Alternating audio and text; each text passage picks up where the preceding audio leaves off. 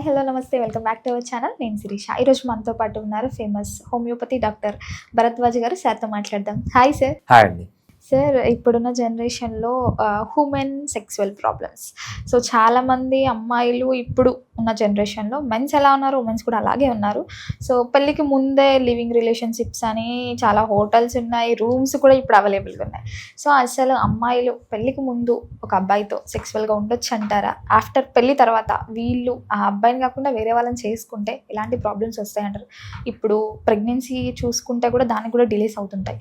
So అసలు ఏంటి sir, ఎట్లాంటి జాగ్రత్తలు తీసుకోవచ్చు అంటారు అమ్మాయిలు? సో మీరు ఒక వర్డ్ యూజ్ చేశారండి, ఈ కాలంలో అమ్మాయిలు ముందే రిలేషన్షిప్స్లో ఉన్నారు అని. సో మనము కొంచెం హిస్టరీకి వెళ్ళాలన్నమాట, హ్యూమన్ హిస్టరీకి వెళ్ళాలి. మనము హ్యూమన్ బీయింగ్ అంటే కోతి నుంచి మనిషి ఫామ్ అయింది 3,50,000 సంవత్సరాల ముందు. అంటే మన సైంటిఫిక్ నేమ్ వచ్చి హోమోసెపియన్. హోమోసెపియన్స్ ఫామ్ అయింది 3,50,000 సంవత్సరాల ముందు. అంతకుముందు కూడా మనము అడవుల్లో ఉండేవాళ్ళం, కానీ వేరే జాతి రూపంలో ఉండేవాళ్ళం. రామాపిథికస్ అంటారు, ఆస్ట్రలోపిథికస్ అంటారు, హోమో హ్యాబిలస్ అంటారు. డిఫరెంట్ మన యాన్సిస్టర్స్ ఉండేవాళ్ళంటే కోతి జాతులు ఉండేవి. అక్కడి నుంచి వచ్చాం. మనం హ్యూమన్ బీయింగ్గా మారింది 3,50,000 సంవత్సరాలు మన హోమోసెపియన్. అప్పటి నుంచి మొన్న ఒక 11,050 సంవత్సరాల ముందు, అంటే 11,500 ఇయర్స్ లేకపోతే 10,000 ఇయర్స్ ముందు వరకు మనమంతా అడవుల్లోనే ఉండేవాళ్ళం. అడవుల్లో ఎలా ఉండాలంటే హ్యూమన్ బీయింగ్స్ ఒక 100 మందో 200 మందిలో ఒక ట్రైబల్గా ఉండి ఒక ఏరియాలో ఉండేవాళ్ళం అనమాట. మన లైఫ్ స్టైల్ ఎలా ఉండేదంటే మగవాళ్ళందరూ పోయి హంటింగ్ చేసుకొని వచ్చేవాళ్ళు. ఒక జింకనో దుప్పునో లేకపోతే ఏదన్నా ఏదో ఒక animal. ఆడవాళ్ళు, ముసలి వాళ్ళు, చిన్నపిల్లలు అయితే గుడిసెల దగ్గరే ఉండేవాళ్ళు అనమాట. కొంచెం అడల్ట్ ఆడవాళ్ళు లేకపోతే చిన్న పిల్లలు, ఈ ఆడవాళ్ళంతా పిల్లల్ని భుజాలు వేసుకొని అడవుల్లోకి పోయి పిట్టలు లేకపోతే చిన్న చిన్న జంతువులు లేకపోతే ఎగ్స్ లేకపోతే దుంపలు కొన్ని గింజలు అన్నీ తీసుకొని వచ్చి ఈవినింగ్ అందరూ కూర్చొని తినేవాళ్ళు అనమాట. ఇదే మన లైఫ్ స్టైల్. అప్పుడు మనకు కాన్స్టిట్యూషన్ లేదు, రాజకీయ నాయకులు లేరు, దేవుళ్ళు లేరు, ఎవ్వరూ లేరు అనమాట. అంతా ప్రశాంతంగా బతికేవాళ్ళు. ఎప్పుడైతే ఈ దేవుళ్ళు ఎంటర్ అయ్యారు, ఎప్పుడైతే ఈ రాజకీయ నాయకులు ఎంటర్ అయ్యారు, ఎప్పుడైతే ఈ కాన్స్టిట్యూషన్ ఎంటర్ అయింది, ఇప్పుడు మనకు రూల్స్ వచ్చాయి. అంటే 18 ఇయర్స్ వరకు పెళ్లి చేసుకోకూడదు, 21 ఇయర్స్ వరకు పెళ్లి చేసుకోకూడదు. సో ఇంకా మన దేవుళ్ళ దగ్గరికి వెళ్తే ప్రీ మ్యారిటల్ సెక్స్ అనేది మంచిది కాదు, పవిత్రంగా ఉండాలి. ఇవన్నీ మనకు ఈ 10,000 ఇయర్స్ నుంచే వచ్చాయి.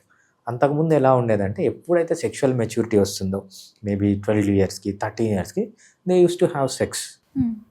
సార్ ఆ ఏజ్లో చెయ్యొచ్చు ఉండదు. మనం అంతా అలానే బతికే వాళ్ళం, రైట్? మనం కొన్ని 100 కోట్ల సంవత్సరాలు అలానే ఉన్నాం. మనకు ఈ రూల్స్ అన్నీ వచ్చింది ఎప్పుడు? దేవుడు వచ్చింది ఎప్పుడు? లేకపోతే ఈ రాజకీయ నాయకులు వచ్చింది ఎప్పుడు? ఈ కంట్రీలనే వచ్చింది ఎప్పుడు? ఈ కాన్స్టిట్యూషన్ అనేది ఇవన్నీ రీసెంట్గానే కదా. సో అంతకుముందు మా నానమ్మకి 13 ఇయర్స్కే మ్యారేజ్ అయిపోయింది, రైట్? 25 ఇయర్స్ వచ్చేటప్పటికి 10 మంది పిల్లలు, రైట్? ఇది మన లైఫ్ స్టైల్ ఉండేది. ఇదంతా రీసెంట్. మనం ఇంకా అడవుల్లో ఉండేటప్పుడు ఇంకా ఎర్లీగానే ఉండేదన్నమాట. సో అది కొన్ని 100,000 సంవత్సరాలు మనం అలానే బతికాం. ఇవన్నీ మనకు ఎవల్యూషనరీ నావెల్ థింగ్స్. అందుకు మెచ్యూరిటీ వచ్చినప్పుడు సెక్షువల్ యాక్టివిటీ అనేది సో మనకు నేచర్ ఇచ్చింది, మనం నేచర్ పరంగానే ఉండాలి కాబట్టి so I don't think that is bad. Okay. కాకపోతే మనకు రీసెంట్గా ఏం జరిగింది అంటే పాతకాలంలో women were the gatekeepers of sexual activity. ఎందుకంటే పాతకాలంలో విమెన్ కన్నా సెక్షువల్ యాక్టివిటీలో పాల్గొన్నారంటే it is equal to pregnancy. అందుకు చాలా జాగ్రత్తగా ఉండేవాళ్ళు. So women are highly selective. ఒక చిన్న ఎక్స్పెరిమెంట్ చేశారనమాట మనకు నార్డిక్ కంట్రీస్లో. ఒక క్లాస్ రూమ్లోకి వెళ్ళి ఒక కాలేజ్లోకి వెళ్ళి 100 మంది విమెన్ని పిక్ చేశారు, ఒక గ్రూప్లో చేశారు. 100 మంది అబ్బాయిల్ని ఒక గ్రూప్లో చేశారు, రైట్? అబ్బాయిలను అడిగారు, ఈ గ్రూప్లో 100 మంది అమ్మాయిలు ఉన్నారు కదా, సో వీళ్ళల్లో ఎంతమంది యూ క్యాన్ మ్యారీ లేకపోతే యూ క్యాన్ పార్ట్నర్ విత్ అంటే 60% of the women were good for. అంటే ఒక అబ్బాయిని అడిగితే దీంట్లో ఈ 100 మంది అమ్మాయిల్లో నాకు ఈ 60 మంది అయితే ఓకే, అంటే ఈ 60 మంది are eligible for my sexual partnership అన్నారనమాట. అదే విషయం అమ్మాయిలను అడిగితే ఈ 100 మంది అబ్బాయిల్లో ఈ 100 మంది అమ్మాయిలు ఒకరో ఇద్దరు అబ్బాయిల్ని సెలెక్ట్ చేసుకున్నారు. దీన్ని బట్టి ఏమర్థమవుతుందంటే women are highly selective when comes to mate. అంటే విమెన్ ఒక అబ్బాయిని సెలెక్ట్ చేసుకున్నారు అంటే దాంట్లో వాళ్ళలో 100 క్వాలిటీస్ చూసి అన్నీ కరెక్ట్గా ఉంటేనే దే విల్ సెలెక్ట్. ఎందుకు అంటే ఆ నేచర్లోనే అలా ఉంది. సో ఒక సెక్షువల్ యాక్టివిటీ జరిగితే మెన్కి అంత ఎఫెక్ట్ పడదు. It is just 5 minutes sexual activity for him. కానీ విమెన్కి ఎలా ఉందంటే 9 months మోయాలి, రైట్? సోషల్ ప్రాబ్లమ్స్ ఉంటాయి. ఆ 9 months వేరే వాళ్ళపైన డిపెండ్ అయిపోయి ఉంటుంది. ఫుడ్ సరిగ్గా ఉండదు, ప్రొటెక్షన్ సరిగా, ఏదన్నా జంతువు వస్తే తను తాను ప్రొటెక్ట్ చేసుకోలేదు, పక్కన వాళ్ళు ప్రొటెక్షన్ కావాలి. సో ఇంత ప్రాబ్లమ్స్లో ఉంటుంది. కాబట్టి ఆ విమెన్ యొక్క డిఎన్ఏలో women are highly selective. Women ఒక మెన్ని సెలెక్ట్ చేసుకున్నారంటే 100 men కనుక చూపిస్తే ఒకరినే సెలెక్ట్ చేసుకుంటారు. 100 అబ్బాయిలు అలా కాదు, 100 women చూపిస్తే దీంట్లో ఈ 60 మంది ఓకే, 60 మందిలో ఒకరిని సెలెక్ట్ చేసుకుంటారు. But women are highly selective. ఎందుకు అలా జరిగింది అంటే pregnancy is costly for women, metabolically costly, right, socially costly. ఇన్ని ప్రాబ్లమ్స్ ఉన్నాయి కాబట్టి women are highly selective. So ఇక్కడ ఏమైంది అంటే ఎప్పుడైతే నేను సెక్స్లో పాల్గొన్నా కూడా ప్రెగ్నెన్సీ రాదు అనే మెడిసిన్స్ వచ్చాయో సినారియో అనేది చేంజ్ అయిపోయింది అనమాట. అంటే వీటికన్నిటికీ మనకు ఎవల్యూషనరీ అడాప్టేషన్స్ లేవు, కంప్లీట్లీ చేంజ్. విమెన్ కూడా ప్రొమిస్క్యూస్గానే అయ్యారనమాట. So that is the evolutionary novel thing. ఈ సినారియోలో ఇప్పుడు ఏం చేయాలి అంటే ముందు అంత సెక్షువల్ ప్రాబ్లమ్స్ ఉండేవి కదా, ఎందుకంటే విమెన్ హైలీ సెలెక్టివ్. వాళ్ళు ఒక మనిషిని సెలెక్ట్ చేసుకున్నారంటే లైఫ్లో విమెన్ అనేవాళ్ళు ఒకరితోనే ఇద్దరితోనో మ్యాక్సిమం ముగ్గురితో పార్ట్నర్గా ఉండేవాళ్ళు. ఇప్పుడులాగా విచ్చలవిడిగా లేదు. ఇంకోటి ఏంటంటే పాతకాలంలో ఒక మెన్ను విమెన్ ఉంటే ఇంత మెడికల్ అడ్వాన్స్మెంట్ ఉండేది కాదనమాట. మ్యాక్సిమం 10 years కలిసి ఉండేవాళ్ళు. 10 years తర్వాత విమెన్ అన్నా చనిపోయేది, వాడన్నా చనిపోయేవాడు. నెక్స్ట్ వేరే పార్ట్నర్ని ఎత్తుక్కునేవాళ్ళు వీళ్ళు, రైట్? మనకు ఇప్పుడులాగా 30 ఏళ్ళు, 40 ఏళ్ళు, 50 ఏళ్ళు ఒక మెన్ను విమెన్ ఎప్పుడు మన హిస్టరీలో కలిసి లేరు. సో మనకు అలా అడాప్ట్ అయిన డిఎన్ఏ మనది కాదు. మ్యాక్సిమం ఒక 10 years, ఒక కపుల్ ఉంటే 10 years అంతే. తర్వాత తనన్నా చనిపోయేది, ఇతనన్నా చనిపోయేవాడు. దేశీకి అనదర్ పార్ట్నర్, మళ్ళీ మెన్ కానీ విమెన్ కానీ ఇంకో పార్ట్నర్ని ఎత్తుక్కునేవాళ్ళు. సో ఇప్పుడులాగా 10 సంవత్సరాలు 30 సంవత్సరాలు కలిసి ఉండడం, జీవితాంతం కలిసి ఉండడం అనేది మన ఎవల్యూషనరీ హిస్టరీలో ఎప్పుడూ జరగలేదు. ఇవన్నీ మనకు ఎవల్యూషనరీ నావెల్ థింగ్స్. సో అందుకేంటంటే మనం ఆ మారల్స్ అనేవన్నీ పక్కన పెట్టేసి ప్రస్తుతానికి హైజెనిక్గా ఎలా ఉండాలంటే మంచి ఫిజికల్ బ్యారియర్స్ వాడాలన్నమాట.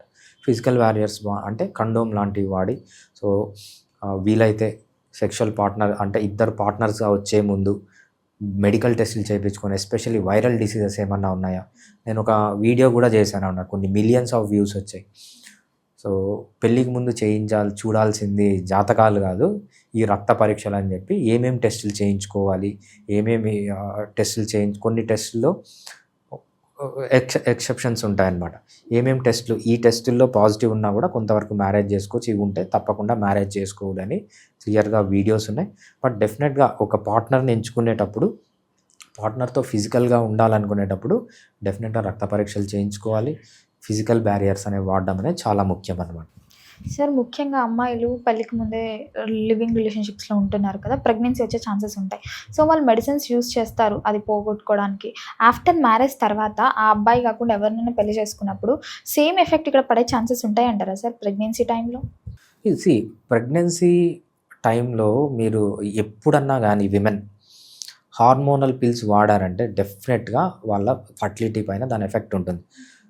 ప్రెగ్నెన్సీ పిల్స్ అనే కాదు, ఫర్ ఎగ్జాంపుల్ చాలామంది విమెన్ నా దగ్గరికి వస్తారనమాట. సార్ మాకు నెక్స్ట్ మంత్ నేను తీర్థయాత్రలకు వెళ్తున్నా, నెక్స్ట్ మంత్ ఫంక్షన్ ఉంది, సో నాకు పీరియడ్స్ రాకుండా నేను మెడిసిన్స్ తీసుకోవాలి, ఏమైనా ఇయ్యండి సార్ అని.